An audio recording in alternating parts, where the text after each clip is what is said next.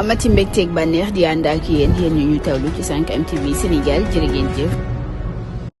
jërë ngeen jëf ci teewlu bi mbokk internet yu 5M TV Sénégal. Adji Sarr lu jëm ci procès boobee nga xam ni ñu ni kon partie civile bi nekk ñu fii ci réew mi avocat bi layel Ousmane Sonko moo ko xamle ñu invité woon ko démb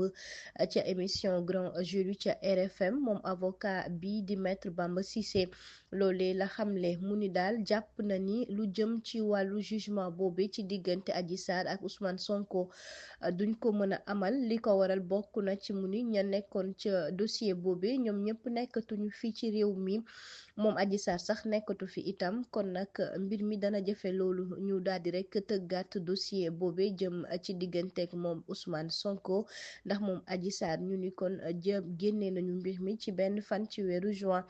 atum 2023 chambre criminelle bu Ndakaaru moo def lu nu mel ginnaaw kon moom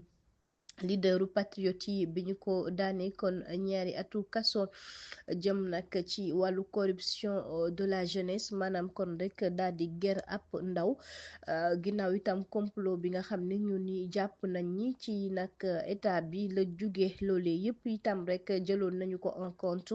ak tamit ci assemblée nationale bañ doon wax ni yéen ñi dañu koy xoolaat dañu koy tëggaat loolu yëpp mu ne bokk na ci ay jafe-jafe yoo xam ne kon dana tax li nu mel daal pour ñu amalaat ko muy procès bi